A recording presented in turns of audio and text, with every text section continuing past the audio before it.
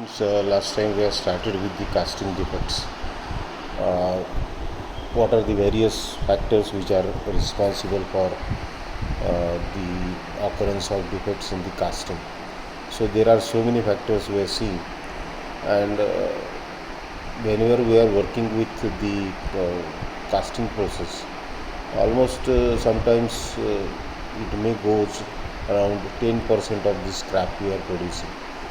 So casting is a raw process where we have to work with the molds, the high temperature molten metal and all that. In that, the parameters are very difficult to maintain or to restrict, and that lead to what? The occurrence of the defects. So what are the various factors which are responsible for the causing of defects in the casting that we have seen already, and we will start with the defects now. So there is a list of defects and the various factors which are responsible for getting that defect in the casting. How to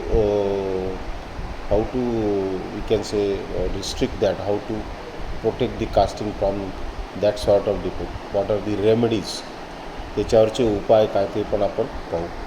So first defect is blowholes. What is blowholes? So blowholes is a cavity, or we can say कास्टिंगचा जो वरचा surface असतो त्या सरफेसवर असे छोटे छोटे छिद्र एका जागी कुठेतरी येतात, त्याला आपण ओपन ब्लोहोल्स म्हणू. तेच स्ट्रक्चर जर आतमध्ये कुठं असलं कास्टिंगमध्ये तर त्याला आपण क्लोज ब्लोहोल्स म्हणू. So which we can say not visible from to the eyes, वरच्या सरफेसवर नसतं. So it can appear on the surface of the casting, or it can be in the casting itself somewhere else. Possible causes काय कारणं असू शकतात की moisture content जर जास्त असेल सँडमध्ये तर मात्र ब्लो होल्स तयार होतील. ते मॉइश्चर तिथे ट्रॅप होईल, तिथे जाऊन ते फसेल आणि मग जिथे ते फसेल तिथे ते छोटे छोटे छिद्र आपल्याला मिळू शकतात. Rust and moisture on chills, chaplets and inserts, जे काही आपण कास्टिंगच्या वेळेस यूज करतो, चिल्स असो, चॅपलेट्स असो किंवा इन्सर्ट्स असो, काही एखादं प्रोजेक्शन आतमध्ये पाहिजे असेल, एखादी कॅव्हिटी आतमध्ये पाहिजे असेल, तर त्या केसमध्ये त्याला रस्ट असेल किंवा मॉइश्चर असेल त्याच्यामुळं पण ते आतमध्ये ते स्ट्रक्चर येऊ शकतं. किंवा कोअर्स जे आहेत जे आपण यूज करतो ते सफिशियंटली बेक केलेले नसतील, तर त्याच्यामध्ये मॉइश्चर जर असला तर कदाचित कोअर्स पण रिस्पॉन्सिबल राहतील ब्लो होल्ससाठी. Excessive use of organic binders जे आपण सँडमध्ये यूज करतो ते जर एक्सेस झाले तरी येऊ शकतात blow holes. Blow holes generally is because of trapping of the moisture or gases or air while casting. ती हवा जर आतमध्ये दाबल्या गेली किंवा गॅस आतमध्ये कुठेतरी तो बाहेर निघू नाही शकला तर that creates the blow holes. Then remedies are control of moisture नसलं पाहिजे किंवा जेवढं पाहिजे तेवढंच असलं पाहिजे सँडमध्ये. Use of rust free chills, chaplets and clean inserts, जे काही आपल्याला त्या कास्टिंगच्या वेळेस वेगवेगळ्या मेटल्सचे इन्सर्ट्स वगैरे टाकायचे असतील त्या कास्टिंगमध्ये तर ते रस्ट फ्री असले पाहिजे. कोअर्स बेकिंग व्यवस्थित असलं पाहिजे. ऑर्गॅनिक बाइंडर्स जे आपण यूज करू ते पाहिजे तितक्या प्रमाणातच यूज केलं पाहिजे. आणि व्हेंटिंग जे आहे, छिद्र जिथून हवा मोल्डमध्ये आपण काय करतो व्हेंट्स दिलेले असतात, त्या व्हेंट्समधून जे गॅसेस आहे किंवा जी आतमध्ये ट्रॅप झालेली हवा आहे, गॅस आहे, हा बाहेर ॲटमॉस्फिअरमध्ये निघून जातो. So that venting should be proper. So this is the first defect which is blow hole, which is generally because of the gases, the air trapped inside the casting, moisture even. Then second is shrinkage. आता नाव shrinkage आहे म्हणजे काय असलं पाहिजे का. First is faulty gating and risering system. आता gating system जर faulty असेल तर मटेरियल आतमध्ये पाहिजे त्या प्रमाणात जाणार नाही. रायझर जर फॉल्टी असेल तर आपल्याला कळणार नाही की आतमध्ये पूर्ण मटेरियल भरलं आहे की नाही आहे. देन चिलिंग जे आहे इम्प्रॉपर जर झालं, त्याचं जे सॉलिडिफिकेशन आहे ते जर इम्प्रॉपर झालं तरी श्रिंकेज हा डिफेक्ट येऊ शकतो. याची रेमेडी अशी आहे की इन्श्युअर प्रॉपर डायरेक्शनल सॉलिडिफिकेशन. सॉलिडिफिकेशन जे आहे ते प्रॉपरली झालं पाहिजे. त्याच्यासाठी आपल्याला गेटिंग सिस्टीम, रायझर्स हे सगळं व्यवस्थित डिझाईन करावं लागेल. Then third is porosity. आता इथे ओपन होल्स दाखवलेले आहे, ओपन ब्लो होल्स पहा. हे कास्टिंग प्रॉडक्ट आपण तयार केलं, इथे हे छिद्र दिसतात आहे. छिद्र नाही ॲक्च्युली ते गड्डे आहे. So that are the blow holes. These are visible by eyes. वरच्या सरफेसवर आहे म्हणून याला ओपन ब्लो होल्स म्हणतात. असे ब्लो होल्स आतमध्ये पण येऊ शकतात. So this is because of the gas, air or moisture. Then next is porosity. Same is the porosity as we have seen blowholes. Porosity is caused by gases absorbed by the molten metal. Molten मेटलमध्ये जर gas absorb झाला तर आतमध्ये porosity म्हणजे pores, छोटे छोटे pores, ज्याला म्हणतो आपण ब्लो होलसारखंच आहे. गॅसमुळेच किंवा एअरमुळे ट्रॅप झाल्यामुळे ते येतं. Defect occur in the form of porosity. Pin hole porosity. बारीक बारीक जसं स्पंजला छिद्र असतात बारीक बारीक, तसे बारीक बारीक छिद्र त्या ठिकाणी तयार होतात. Then causes possible is high pouring temperature. Pouring temperature जर खूप जास्त असेल तर आतमध्ये गॅसेस फॉर्म होऊन ते कुठेतरी ट्रॅप होतील. Gas dissolved in metal charge. Metal चार्जमध्ये जर एखादा गॅस डिझॉल्व झालेला असेल तर त्याच्यामुळे पण पोरोसिटी येऊ शकते. फ्लक्स जे आहे, फ्लक्स कशासाठी यूज करतो आपण? To remove the impurities. जे काही चार्ज मोल्टन मेटलमध्ये इम्प्युरिटीज असतील, स्क्रॅपमध्ये इम्प्युरिटीज असतील, त्या इम्प्युरिटीज रिमूव्ह करण्यासाठी we use flux. So flux जर कमी प्रमाणात यूज केलं तरी त्याचा प्रॉब्लेम होऊ शकतो. Then molten metal not properly degassed. त्याच्यातला जो गॅस आहे तो जर बाहेर नाही निघाला तरी प्रॉब्लेम होऊ शकतो. सॉलिडिफिकेशन स्लो जर झालं तरी प्रॉब्लेम येऊ शकतो पोरोसिटीचा. सो फास्ट झालं तरी प्रॉब्लेम येईल, स्लो झालं तरी प्रॉब्लेम येईल.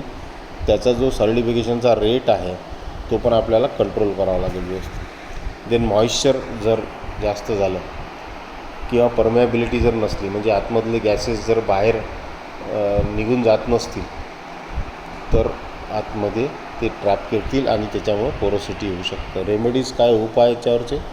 पोरिंग टेम्परेचर रेग्युलेट करावं लागेल, मेटल कॉम्पोजिशन कंट्रोल करावं लागेल, फ्लक्स जे आहे इम्प्युरिटीज रिमूव्ह करण्यासाठी जे आपण मेटल चार्जमध्ये जे टाकतो to remove the impurities. So that flux should be proper or it should be increased. Means जास्त प्रमाणात आपल्याला फ्लक्स यूज करावं लागेल. डिगॅसिंग जे आहे इफेक्टिव्ह असलं पाहिजे. गेटिंग अँड रायझरिंग जे आहे ते मॉडिफाय करावं लागेल जर हा डिफेक्ट येत असेल तर. मॉइश्चर रिड्यूस करावं लागेल. परमेबिलिटी जी आहे ती इन्क्रीज करावं लागेल जेणेकरून आतमधले जे गॅसेस आहे ते बाहेर निघून जातील. So this is porosity which is again caused by the gases trapped in the metal charge. और आतमध्ये जर कास्टिंगमध्ये गॅसेस जर बाहेर निघून नाही गेले तर प्रॉब्लेम होऊ शकतो. फोर्थ इज मिश्रण. आता याचं नावच सांगतं मिश्रण. When metal fails to reach all the sections of mould. आपण वरून पोअर करतो आहे, आपल्याला जो कास्टिंगचा जो कॅव्हिटी आहे ती ब्लाइंड असते, ती काही वरून दिसत नाही. मग आपल्याला आपण गेटमधून मोल्टन मेटल पोअर करतो आहे, जाते आहे ते, तर आपल्याला कळणार नाही. जर कळलं नाही की आतमधली कॅव्हिटी भरली आहे की नाही आहे पूर्णपणे, ते कधी कळेल जेव्हा ते मेटल पूर्ण कॅव्हिटी भरून रायझरमधून वर येईल तर आपल्याला कळेल की आता ही कॅव्हिटी भरली आहे. पण जर ते पूर्ण सगळ्या सेक्शन्सपर्यंत ते पोचत नसेल तर मिश्रण नावाचा एक डिफेक्ट त्याच्यामध्ये येऊ शकतो. पहिला कॉज आहे याच्यात lakh of fluidity in molten metal. जर फ्लुइडिटी म्हणजे द एबिलिटी टू फ्लो, वाहण्याची क्षमता, ती जर नसेल या मोल्टन मेटलमध्ये तर सगळ्या दूर कॅव्हिटीमध्ये आतमध्ये ते पसरणार नाही. Then design if it is faulty, gating if it is faulty. So these are the causes. याच्यावरचे रेमेडीज आहे. पोरिंग टेम्परेचर आपल्याला ॲडजस्ट करावं लागेल प्रॉपरली, डिझाईन मॉडिफाय करावं लागेल, गेटिंग आणि मोल्डचं डिझाईन पण. So this is the porosity. Can see the diagram in which the picture in which the actual porosity in the casting is shown. बारीक बारीक छिद्र इथे तयार झालेले आहेत because of the gas trapped inside. So मिश्रण is there, that we'll see, that diagram we'll see here. Here we can see इथे मिश्रण दाखवलेलं आहे. म्हणजे ह्या कास्टिंगमध्ये इथे हे मटेरियल पोचलंच नाही पहा, तर इथे असं मोठं छिद्र तयार झालं कास्टिंगमध्ये. हे फेकावंच लागेल. It won't be of any use. So आपल्याला हे पाहावं लागेल की सर्व दूर त्या कॅव्हिटीमध्ये मोल्डमध्ये मोल्टन मेटल पोचते आहे की नाही. So next is hot tears. Fifth is hot tears. It occurs because of low strength of metal after solidification, causing the metal to fail in coping up excessively high stresses due to shrinkage. तर श्रिंकेजमुळं काय होईल की stresses येतील. जसं जसं ते contract होईल, जसं जसं टेम्परेचर कमी होईल, सॉलिडिफिकेशन होईल, तसं तसं त्याच्यात स्ट्रेसेस येतील, असे फोर्सेस तयार होतील. आणि जी जर ते मेटल जर तेवढं स्ट्रॉंग नसेल तर त्याच्यामुळं एखाद्या ठिकाणी ते तळकते किंवा त्याला आपण काय म्हणू, एखादी गॅप तयार होते, तर त्याला हॉट टियर असं म्हणतात. Possible causes lack of collapsibility of core जर इझिली कोलॅप्स नाही झालं, lack of collapsibility of mould जर इझिली कोलॅप्स नाही झाला तर तुटला नाही तो, फॉल्टी डिझाईन, आणि रॅमिंग जर हार्ड असलं मोल्डचं तर ते जे अकडून जाईल आतमध्ये असं त्याला स्ट्रेसेस येतील आणि त्याच्यामुळं कुठंतरी तडकल्यासारखं होईल, ते एखादी गॅप येईल. रेमेडीज काय आहे की कोअर हे कोलॅप्सिबल असलं पाहिजे. त्याची कोलॅप्सिबिलिटी जी प्रॉपर्टी आहे ते इम्प्रूव्ह करावं लागेल आपल्याला. देन मॉडिफाय दी कास्टिंग डिझाईन. मोल्डची कोलॅप्सिबिलिटी पण इम्प्रूव्ह करावं लागेल आणि रॅमिंग जे आहे ते पण खूप हार्ड करून चालणार नाही, सॉफ्ट रॅमिंग करावं लागेल. So this is what is hot tears. It is because of the stresses develop in the metal in the casting during shrinkage or during the solidification. आपण म्हणतो तडकलं ते की त्याला एखादी गॅप जाते किंवा एखादी अशी चीर पडते. So that is what is hot tear. Then next is metal penetration. Defect occurs as a rough and uneven external surface on the casting. Molten metal enters into spaces between sand grains and holds some of them tightly. Sand grains जर काही external सरफेसवर चिपकले त्या मेटलमध्ये जाऊन, so metal may be getting penetrated in the mould in the sand because of high temperature. आणि मग ते त्या सँडमध्ये जाऊन घुसलं की त्यातली काही सँड तिथं जाऊन चिपकेल त्या सरफेसवर. सो याच्यावर पॉसिबल कॉजेस आहे. लार्ज ग्रेन साईज जर असेल तर जे मोल्ड आहे ते कच्चं होईल आणि ते त्या मेटलच्या सरफेसवर जाऊन चिपकेल. सॉफ्ट रॅमिंग. मेटल जर मोल्ड जर आपण पक्का रॅम नाही केला तर सँड कच्ची राहील किंवा ती जाऊन चिपकू शकते. Moulding sand and core has low strength. स्टँडची स्ट्रेंथ जर कमी असली तर moulding sand or core has high permeability.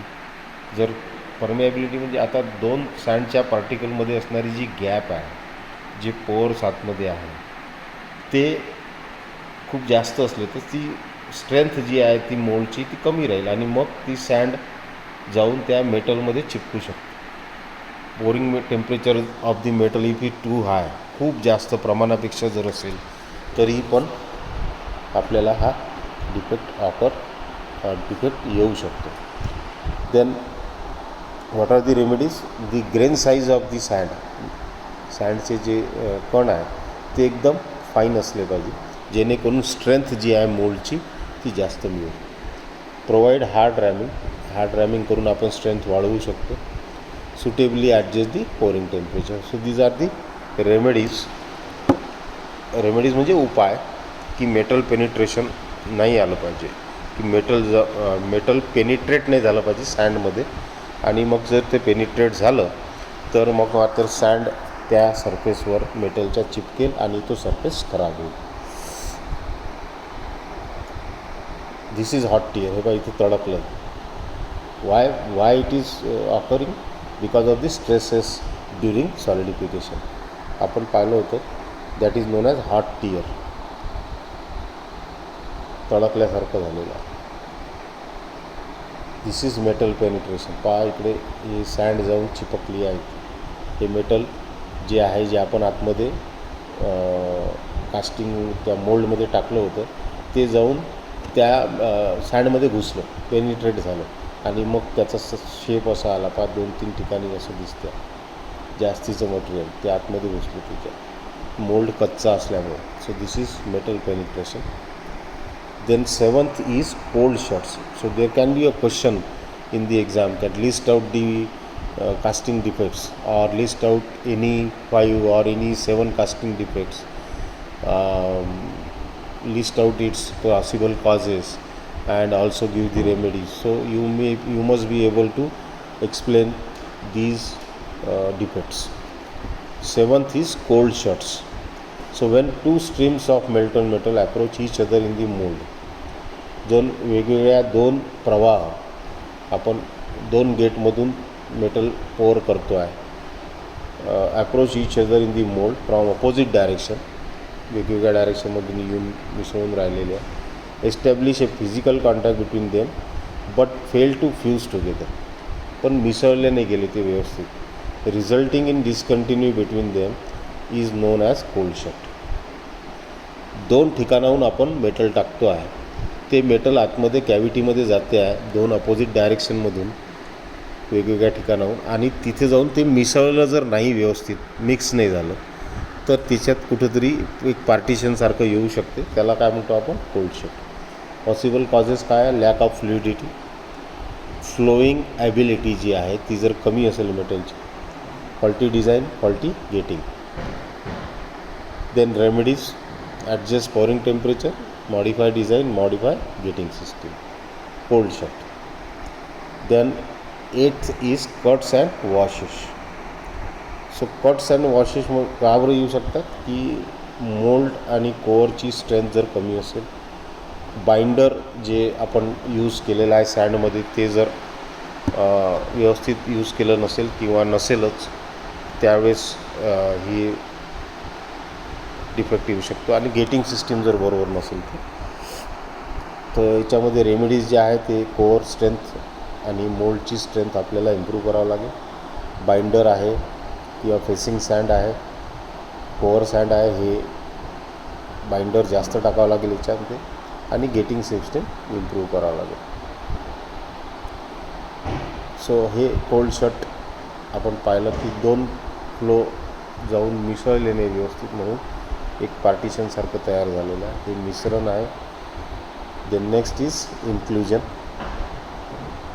Inclusion means काहीतरी आतमध्ये घुसली, त्याच्या आतमध्ये a separate non metallic foreign material, काही ते काडी कचरा काही त्या मेटलमध्ये राहून गेला आणि तो जर आतमध्ये जाऊन बसला तर it will be a defect. So will have to clean it properly. सगळा जो काही कचरा असेल तो व्यवस्थित रिमूव्ह करावा लागेल. So inclusions should not be there. A separate non metallic foreign material present in the cast metal, that is the defect. Possible causes काय? Faulty gating, faulty pouring, inferior moulding or poor sand. Inferior म्हणजे चांगल्या क्वालिटीचं जर नसेल, पोर सँडची quality जर चांगली नसेल तर. सॉफ्ट रॅमिंग, जर कच्चा मोल्ड बनवला तुम्ही, rough handling of the mould, रफली तुम्ही हँडल केला, व्यवस्थित हँडल नाही केला तर. रेमेडीज काय? Modify gating system, improve pouring, use superior sand or good quality sand, provide hard ramming. So inclusions म्हणजे कोणतीही गोष्ट, सँड म्हणा, कोणताही पार्टिकल, कोणताही अनवॉन्टेड गोष्ट त्या सँड कास्टिंगमध्ये जर आढळली तर ती इन्क्लुजन म्हणून आपण पकडू. Then fusion sand.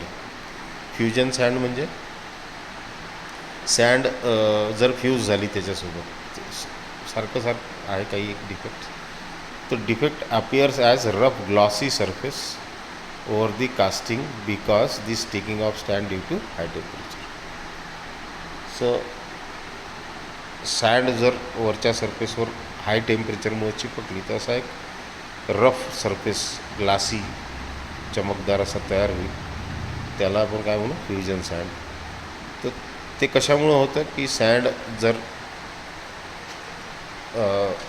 हाय टेम्परेचरमुळे मिक्स झाली तर सँडचं जे विस्टँडिंग टेम्परेचर आहे, रिफ्रॅक्टरीनेस आहे, ते जर लेस असली किंवा लो रिफ्रॅक्टरीनेस असली तर फ्युजन सँड हा डिफेक्ट येऊ शकतो.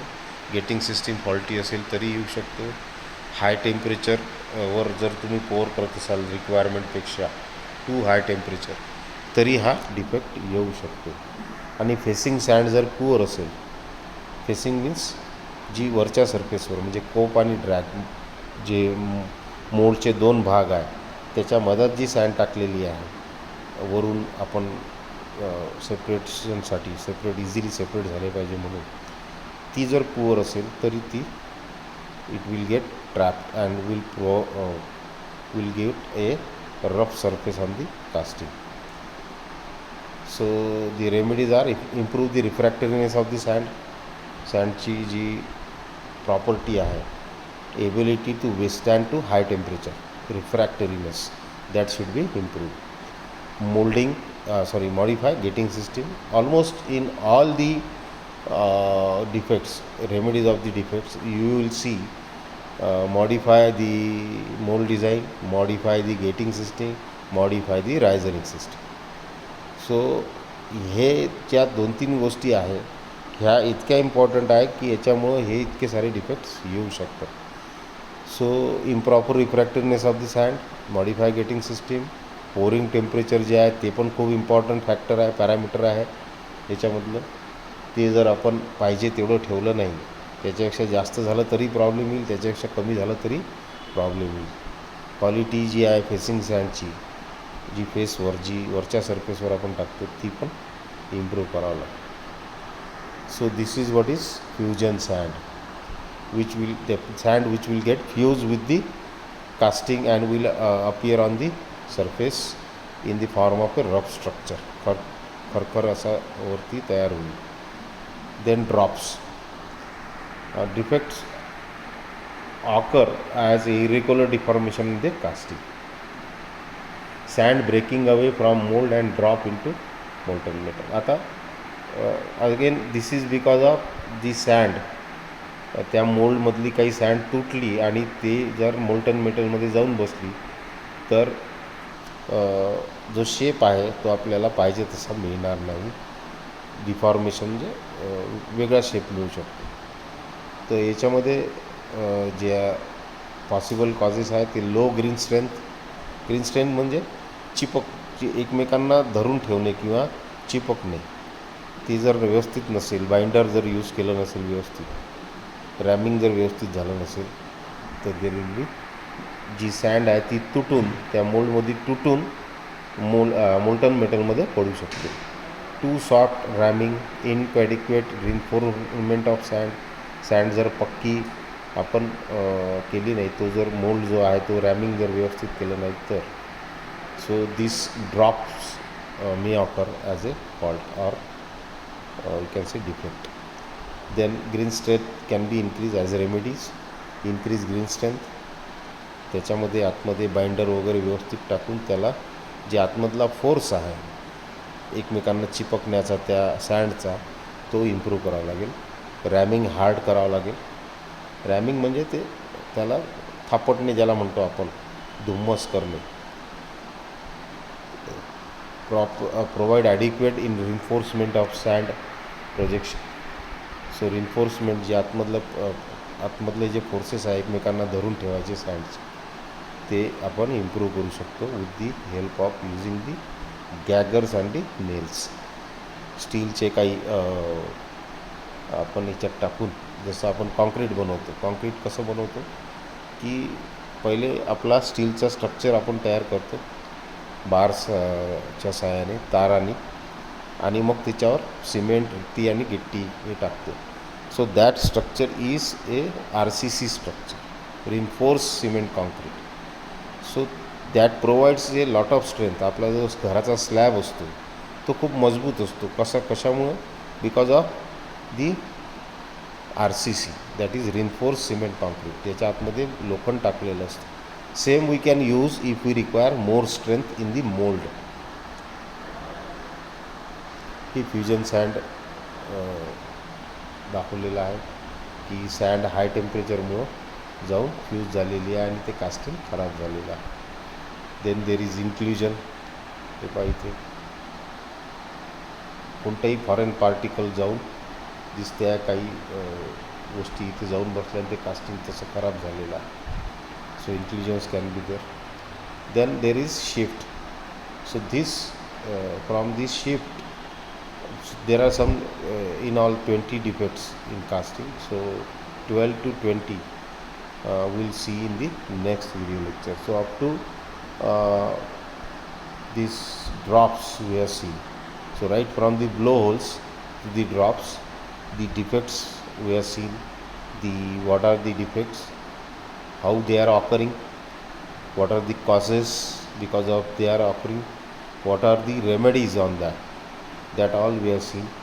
From this 12th, that is the shift, to the last one, that we will see in the next video. Thank you.